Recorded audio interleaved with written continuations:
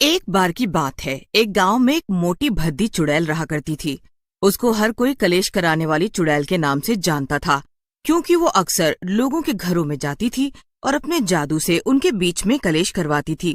वो काफी कमजोर चुड़ैल थी और वो किसी को डरा नहीं पाती थी, इसीलिए वो अपने मजे के लिए लोगों को लड़वाती रहती थी। लोगों को आपस में लड़ता झगड़ता देखकर उस चुड़ैल को बड़ा मजा आता था। एक बार की बात है, गर्मियों के दिन थे और चुड़ैल एक आम के पेड़ पर बैठकर आम खा रही थी। ओहो, मुझे तो बड़े पसंद है ये गर्मियों के दिन। बढ़िया मजे से पेड़ की छांव में बैठो और इन रसीले आमों का मजा लो। तभी चुड़ैल देखती है कि पेड़ के नीचे दो बूढ़े पति पत्नी, जिनका नाम ललिता और हरीश था, बाइक से जा रहे थे और दोनों बड़े खुश लग रहे थे। अरे री, ये दोनों तो बड़े खुश लग रहे हैं। क्या बात है, मेरे रहते हुए इस गांव में क्या भला कोई खुश भी रह सकता है? अच्छा ही है, वैसे भी बड़े दिनों से किसी को लड़ते झगड़ते हुए नहीं। तो हेलो फ्रेंड्स, अगर आपको ये वीडियो अच्छी लगी हो तो चैनल को सब्सक्राइब करें, लाइक करें, शेयर करें। धन्यवाद। जिससे पति पत्नी की बाइक लड़खड़ाकर गिर जाती है। ओह ओह, हाय, हाय मेरी बूढ़ी कमर। अरे जी, ये बाइक कैसे गिर गई? पता नहीं भाग्यवान, अचानक से कहां से सड़क के बीचों बीच ये पत्थर आ गया। चलिए कोई नहीं, आज हमारे लिए अच्छा दिन है। हमें इन छोटी मोटी बातों पर अपना मन खराब नहीं करना चाहिए। ये देखकर चुड़ैल गुस्सा हो जाती है। अरे अरे, ये लोग तो झगड़े ही नहीं, शायद मुझे अब कुछ और ही करना पड़ेगा। इससे पहले कि ललिता और हरीश दोबारा से उठकर बाइक पर बैठ पाते, चुड़ैल अपने हाथों से ललिता के ऊपर कुछ जादू करती है। जादू करने के बाद तो जैसे ललिता चुड़ैल के वश में आ गई थी। चुड़ैल अभी भी पेड़ के ऊपर बैठकर ये नजारा देख रही थी। अब आएगा ना मजा। उधर जैसे ही हरीश बाइक उठाता है, ललिता पीछे से उसे धक्का दे देती है और हरीश बाइक के साथ दोबारा गिर जाता है। अरे ललिता, ये क्या किया तुमने? ठीक किया मैंने, तू तो किसी काम का नहीं है। मुझे गिराकर मेरी कमर तोड़ दी। मुझे पता है तूने ये सब जानबूझकर किया है। मुझे मारना चाहता है ना तू बुड्ढे। तुम पागल तो नहीं हो गई हो ललिता? क्या अनाप शनाप बके जा रही हो? एक तो मुझे गिरा दिया, ऊपर से बकवास कर रही हो। तुम्हारा दिमाग तो ठीक है? अरे अब जाकर तो मेरा दिमाग एकदम ठीक हुआ है। सब जान गई हूँ मैं। रुक, अभी तुझे बताती हूँ। ललिता हरीश के बाल पकड़कर नोचने लगती है और थोड़ी ही देर में उनके आसपास काफी भीड़ इकट्ठा हो जाती है। उधर पेड़ के ऊपर बैठकर चुड़ैल ये सब नजारा देख रही थी और खूब हंस रही थी। ओहो, मजा आ गया। और तेज नोच उसके बाल ललिता। हाँ, ऐसे ही। तभी भीड़ में से एक औरत, जिसका नाम सुनीता था, वो ललिता हरीश को लड़ते हुए देखती है। वो उन दोनों को अच्छे से जानती थी, क्योंकि वो उनके पड़ोस में ही रहती थी। पहले तो वो हरीश ललिता को रोकने की कोशिश करने लगती है। अरे रुक जाओ ललिता, क्या कर रही हो तुम? रुको, छोड़ो हरीश को।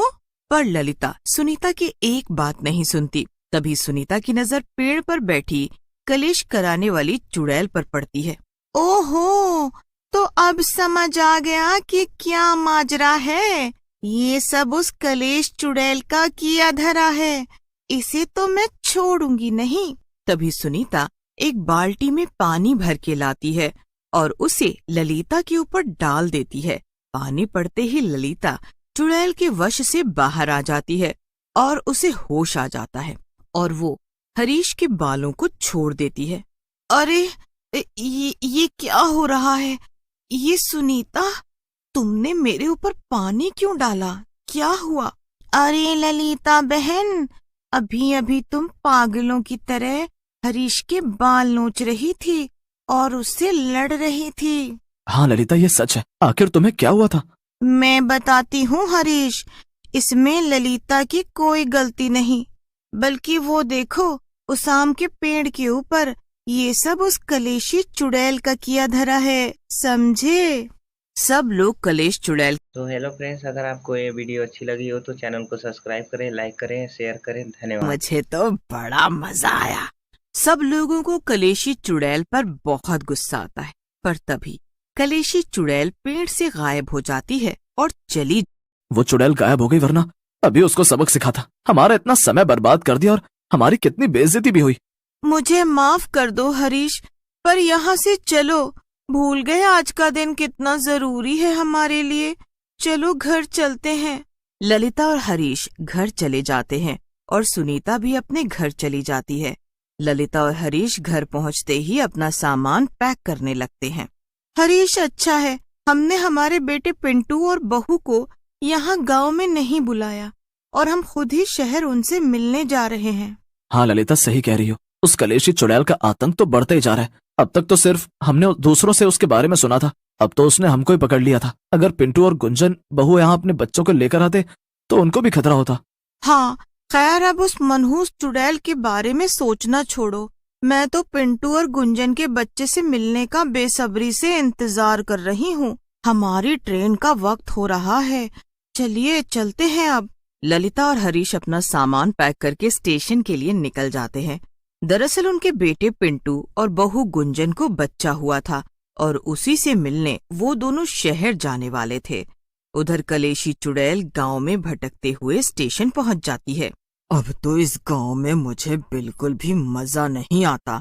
तभी कलेशी चुड़ैल देखती है कि स्टेशन पर एक ट्रेन शहर जाने के लिए तैयार थी, पर चुड़ैल को नहीं पता था कि जिस ट्रेन की छत पर वो बैठी थी उसी के अंदर ललिता और हरीश भी बैठकर शहर जा रहे थे। ट्रेन चल देती है और कुछ ही घंटों में वो लोग शहर के स्टेशन पर पहुंच जाते हैं। हरीश और ललिता जल्दी से ट्रेन से उतरकर रिक्शा में बैठकर अपने बहू बेटे के घर पहुंच जाते हैं। हरीश ललिता जैसे ही घर पहुंचते हैं, उनकी बहू गुंजन उनका स्वागत करती है। अरे मम्मी पापा आइए ना, आपका स्वागत है। अब वो पिंटू जी तो अभी ऑफिस के कुछ जरूरी काम से बाहर गए हैं, तब तक मैं आपके लिए खाना लगा देती हूँ। अरे नहीं नहीं बहू, तुम आराम करो, और वैसे भी खाना तो होता रहेगा। पहले तो हम तुम्हारे बच्चे से यानी हमारे पोते से मिलेंगे। कहाँ है वो? उधर पिंटू ऑफिस से अपनी कार से लौट रहा था। ओहो, अब तक तो मम्मी पापा भी घर आ गए होंगे। मैं उन्हें लेने स्टेशन भी नहीं जा पाया था। क्या करूं मैं, अंधेरा भी हो रहा है। चलो एक काम करता हूँ, शॉर्टकट ले लेता हूँ। पिंटू शॉर्टकट लेकर एक सुनसान रास्ते से जाने लगता है। तभी रास्ते में पिंटू की कार का टायर पंचर हो जाता है। पिंटू जल्दी जल्दी कार का टायर बदलने लगता है। उसी वक्त वहाँ से कलेशी चुड़ैल गुजर रही थी। अरे मिल गया मेरा नया बकरा मुझे। ओहो, तो ये गाड़ी सही कर रहा है।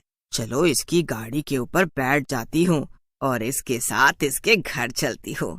फिर वहाँ चलकर इसके घर में कलेश करूंगी, मजा आएगा। तभी पिंटू कार का टायर लगा लेता है और गाड़ी में बैठकर जाने लगता है। कलेशी चुड़ैल भी बिना पिंटू की नजर में आए उसकी कार के ऊपर बैठ जाती है और वो दोनों ही पिंटू के घर पहुंच जाते हैं। अरे आ गए आप, इतनी देर कैसे हो गई? मम्मी पापा तो बच्चे के साथ खेलते खेलते सो भी गए। पिंटू घर के अंदर आ जाता है और उसके साथ साथ चुपके से कलेशी चुड़ैल भी घर के अंदर आ जाती है। पिंटू और गुंजन बातें कर रहे थे और गुंजन पिंटू के लिए खाना निकाल रही थी। ये लीजिए, मैंने आपका खाना गर्म कर दिया है।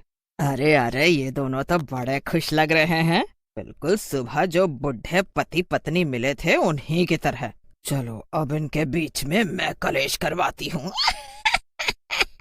चुड़ैल अपना हाथ घुमाकर जादू करती है और जादू से पिंटू की शर्ट पर लड़की का बाल और लिपस्टिक का निशान आ जाता है, जिस पर गुंजन की नजर पड़ जाती है। हे भगवान, ये क्या है? ये तुम्हारी शर्ट पर लिपस्टिक का निशान और लड़की का बाल।